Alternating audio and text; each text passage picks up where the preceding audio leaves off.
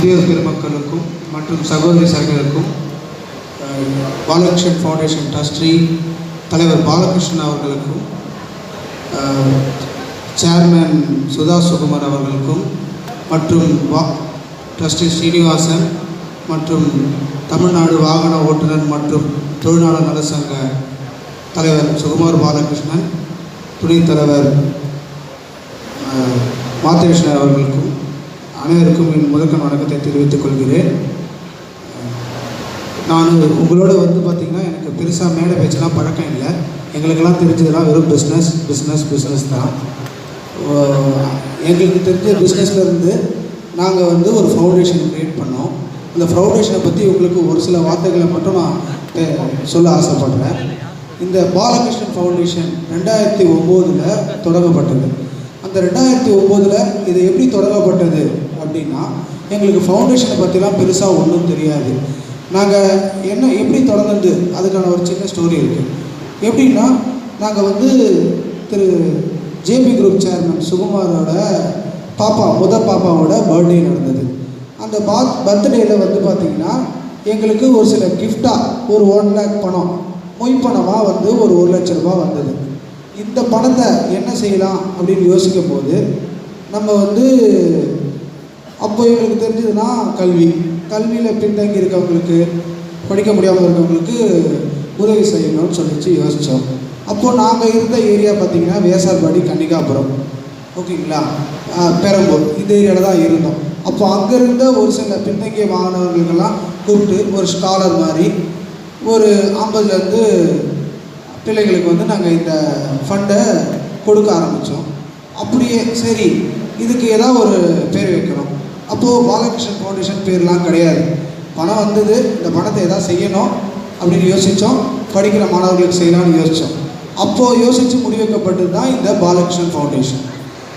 ஏழ்மையாக இருக்கிறவங்களுக்கு, வயசானவங்க, முதியவங்க, இந்த வெள்ள நிவாரணம் இந்த மாதிரி வரும்போது எண்டிங் பாவர்ட்டின்னு சொல்லுவாங்க இங்கிலீஷில், ஓகேங்களா, அவங்களுக்கு ஹெல்ப் பண்ணணும். 2வது மருத்துவ உதவியால் நிறைய பேரால் ஹாஸ்பிட்டலுக்கு கட்டி பண்ண முடியாதவங்களுக்கு மருத்துவ உதவி பண்ணணும்.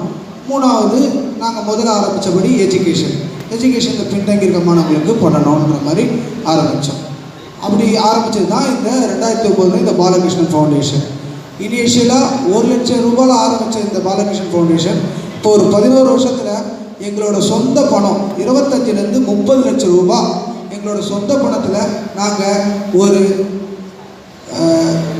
1500 குடும்பங்களுக்கு மேலே நாங்கள் நலத்திட்ட உதவிகள், எஜுகேஷன் வெல்த்து, அது மட்டும் இல்லாமல் ஹெல்த் கேர் இதெல்லாம் பண்ணிகிட்ருக்கோம், ஓகேங்களா. சேர்ந்த வேலுமச்சாவடி பெரியோர்களே, தாய்மார்களே, திரளாக வந்திருக்கக்கூடிய இந்த முதல்ல புரட்சித் தலைவர் நினைச்சாலே ரிக்ஷா எடுக்கிற அந்த புரட்சித் தலைவர் தான் ஞாபகம் வரும். அடுத்து மூட்டை தூக்குற புரட்சித் தலைவர், அடுத்து படகோட்டி போய் மீன் பிடிச்சிட்டு வர்ற புரட்சித் தலைவர். இந்த மாதிரி ஒவ்வொரு தொழிலாளியின் ஒவ்வொரு வியர்வை துளியையும் காட்சிப்படுத்தி ஒரு படம் வச்சு, அந்த படத்துல பாடல் வச்சு, அந்த பாடலுக்கு உயிர் கொடுத்து, இன்னைக்கு இறந்து இத்தனை வருஷம் ஆகியும் எங்க ஊர் பக்கம்லாம் இன்னும் ஒரு உயிரோட தான் இருக்காருன்றாங்க. இன்னும் கூட போய் யாரும் அவர் இறந்துட்டாருன்னு சொன்னா நம்ப மாட்டாங்க. அந்த மாதிரி உள்ள பாட்டிகள் இருக்காங்க. அந்த மாதிரி ஒரு உயிரோட்டமான ஒரு அணி, கழக அமைப்பு சாரா ஓட்டுநர்கள் அணியை உருவாக்கி அதுக்கு உயிர் கொடுத்துட்டு இருக்கிற அன்பு அண்ணன் கமலக்கண்ணன் அவர்களே, இந்த மண்ணின் மைந்தர் எல்லாருக்கும் நல்வணக்கங்கள். இங்க நீர்நிலைகளை கண்ணாக பார்த்து கொண்டிருக்கிறது இந்த அரசாங்கம். இதனாலதான் இன்னைக்கு இந்திய அரசாங்கத்துல இந்தியாவிலே நீர்நிலைகளை நல்லா பார்த்துக்கிறது எந்த அரசாங்கம் கேட்டா எடப்பாடியார் அரசாங்கம் சர்டிபிகேட் கொடுத்துருக்காங்க. இந்த கூவம் பாருங்க, இந்த மழை வந்த உடனே கூவத்துல முழுசா தண்ணி நிறைஞ்சு ஓடுறதை நீங்க பார்க்க போறீங்க. அடையாறு இதெல்லாம் சான்ஸே இல்லை, நாத்து அடிக்கிற ஆறுன்னு சொல்லிட்டு இருந்தாலும் இன்னைக்கு 3 மடங்கு அடையாறு விரிஞ்சிருச்சு.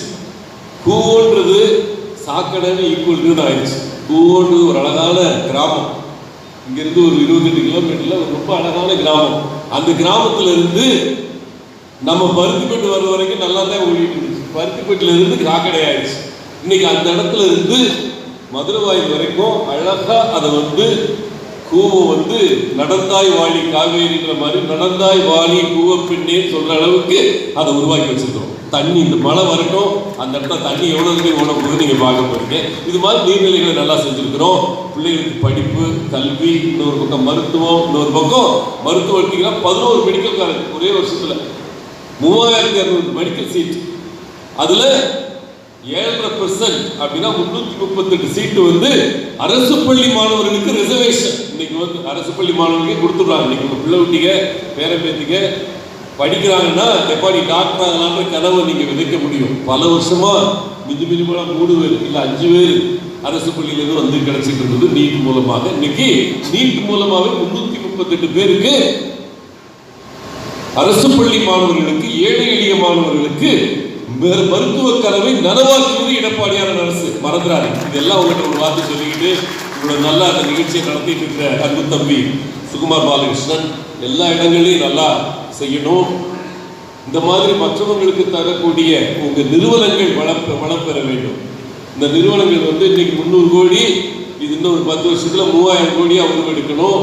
அப்படி உருவெடுக்கிறப்ப நீங்க 30 லட்சம் செலவு செய்யறவங்க 3 கோடி செலவு செஞ்சு இங்க இருக்கிற மக்கள் எல்லாருக்கும் நல்லது செய்யணும்னு வாழ்த்தி இந்த நிகழ்ச்சிக்கு வந்திருக்கிற எல்லாருக்கும் நன்றி கூறி விடைபெறுகிறேன். நன்றி, வணக்கம்.